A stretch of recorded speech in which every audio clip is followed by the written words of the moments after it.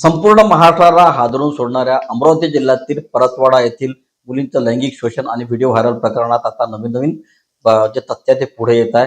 नुकताच या प्रकरणातील मुख्य आरोपी अयान अहमद जो आहे तो एका थार गाडी चालवताना दिसत आहे. सोबतच त्या गाडीमध्ये नोटाचे बंडल आहे, रिव्हॉल्वर दिसत आहे आणि पैसे आणि 3 ते 4 आयफोन दिसत आहे. 19 वर्षाचा अयान अहमद याला ही नेमके एवढे पैसे, रिव्हॉल्वर किंवा आयफोन नेमके येते तरी कुठून, असा प्रश्न या निमित्ताने उपस्थित होत आहे. माझ्यासोबत अचलपूर मतदारसंघाचे आमदार प्रवीण भाऊ तायडे. भाऊ, मला सांगा, अयान अहमदचा नवीन व्हिडिओ आलेला आहे. त्या व्हिडिओमध्ये तो थार गाडी चालवताना दिसत आहे, पैशाचे बंडल आहे, रिव्हॉल्वर आहे आणि 3 ते 4 आयफोन आहे. तर तुम्हाला काय वाटते नेमकं हे प्रकरण कुठल्या दिशेने जात आहे? त्या व्हिडिओत आपण पाहिलं असता रिव्हॉल्वर पण दिसते, पैसे पण दिसतात.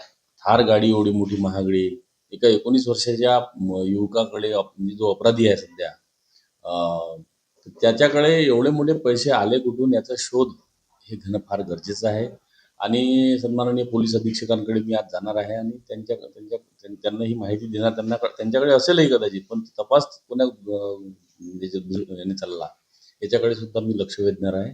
कारण ही माहिती जेव्हा समोर येते तेव्हा प्रत्येक माहितीच्या आधारे त्यांनी कारवाई केलेली जरी असली आणि तपास जरी व्यवस्थित सुरू असला तरी याची सुद्धा माहिती त्यांना असणं आवश्यक आहे. त्याच्यामुळं त्याच्याकडून त्याचे कुठले लागे मांदे कुठे वरती आहे का, किंवा कुठल्या याच्याशी आपराधिक जगाशी त्याचं काही हे आहे का, कनेक्शन आहे का, याचा सुद्धा शोध घेणं फार गरजेचं आहे. भाऊ, मला सांगा, ही थार गाडी जी आहे ती गाडी नेमकी कुणाची असावी? कारण अयान अहमदची एवढी आर्थिक कंडिशन चांगली नसल्याचं बोललं जात आहे.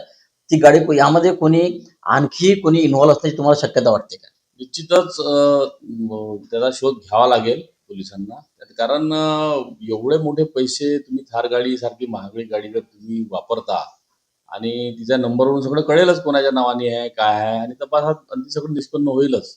कारण सन्माननीय मुख्यमंत्री साहेब, सन्माननीय पालकमंत्री साहेबांनी स्पष्ट संकेत दिलेले आहे की कुठल्याही अपराधाला सोडणार नाही. आणि तशा प्रकारच्या मीटिंग्स त्यांनी प्रत्येक प्रकरणाच्या प्रती घेतलेल्या आहे पोलिसांसोबत महाराष्ट्रातील.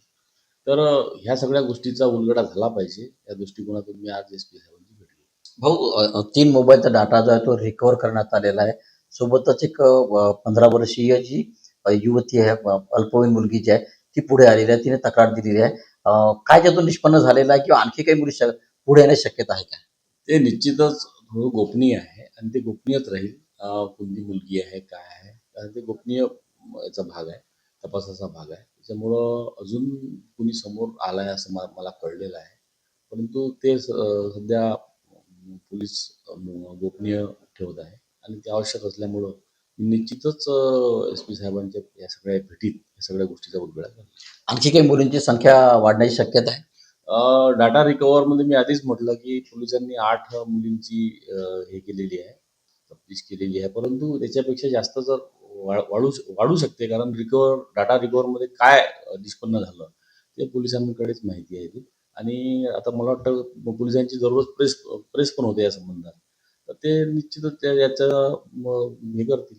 हो, आज किरीट सोमय्या येत आहे, ते त्यांचं असं म्हणणं आहे की हा कोचिंग जिहादचा पण प्रकार असू शकतो. तुम्हाला काय तथ्य वाटतं यामध्ये? नाही, ठीक आहे, ते आल्यानंतर सर्व त्यांना माहिती दिल्या जाईल आणि ते SP साहेबांची पण भेट घेतील आणि परतवाड्याला येत आहे, ठाणेदारांना पण ते विचारपूस करतील आणि माहिती घेतील.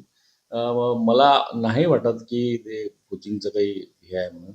उगाच कोणत्या कोचिंगचं नाव घेऊन, हां, तो तिथे शिकत असेल, निश्चितच असा प्रकार असल्यास, परंतु या जे 1-2 कोचिंग क्लासेसचे नावे घेतलेले आहेत तपासाअंती, मी तिथं तेव्हा होतो, तर त्याच्यात काही निष्पन्न होईल असं मला वाटत नाही. कारण तो तिथे शिकायला नव्हता किंवा तिथं कोणत्या डेमोसाठी नव्हता, 2-4 दिवस, 5 दिवस. त्याचा कोणता एखादा मित्र असू शकते, परंतु तशा प्रकारचं कुठलंही आता सध्या तरी निदर्शनास आलेलं नाही. परंतु जर आल्यास त्याची सुद्धा हे होईल. हे होते अचलपूर मतदारसंघाचे आमदार प्रवीण तायडे. त्यांनी सांगितलं की अयानकडे जी महागडी थार गाडी आहे, त्या गाडीमध्ये असणाऱ्या पैशाचं बंडल असेल, आयफोन असेल, या संपूर्ण प्रकरणाची चौकशी व्हावी अशी मागणी ते आज पोलीस अधीक्षकांना करणार आहेत. त्यामुळं यातून निश्चितच ही गाडी कोणाची होती, यामध्ये आणखी कोणी बडे काही व्यापारी असेल कोणी किंवा कोणी नेते जे आहेत ते अयानच्या मागे तर नाहीत ना, याचा उलगडा लवकरच होईल. व्हिडिओ जर्नलिस्ट सागरसह संजय शेंडे, न्यूज 18 मराठी, अमरावती.